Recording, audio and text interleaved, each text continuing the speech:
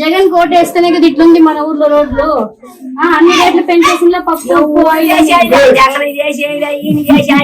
గెలుక్కున్న రోజులే మళ్ళీ ఊర్లే. మేము తెలుసు కదా మీకు, ల్యాబ్ దగ్గర ఇప్పటి నుంచి వస్తున్నాం సంవత్సరాల కొద్ది.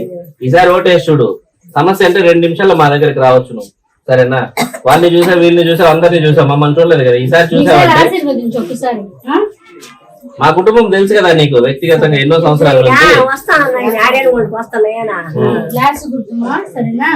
కలిసే కదా పోటీ చేస్తాండి. ఆయన పోటీ చేస్తాయి మరి, ఆయన గెలిచాడు మరి వేసాడు చంద్రబాబు ఆయన రోడ్డా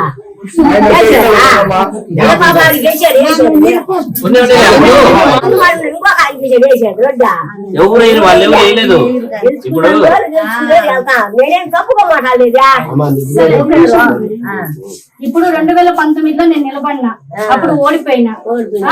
అప్పుడు అందరూ జగన్ నమ్మినారు, ఓడిపోయినా. లేదు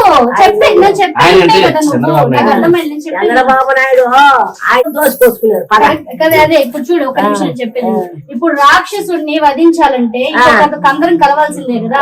ఇప్పుడు అందరం కలిస్తేనే కదా వాడు ఓడిపోతాడు.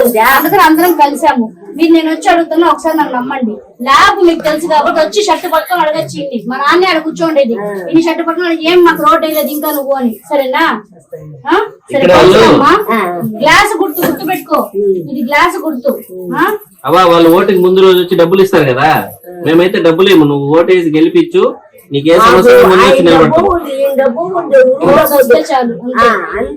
సమస్య ముందు వచ్చి నిలబడతాం మేము.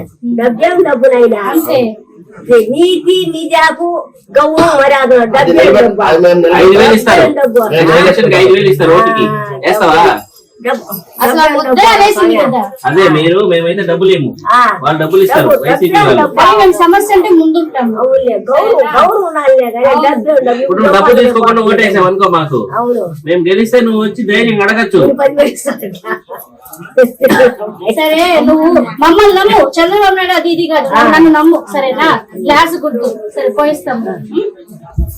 Subscribe. Please subscribe. Subscribe. Subscribe. Subscribe. Subscribe. Please do subscribe. Please do subscribe. Please subscribe.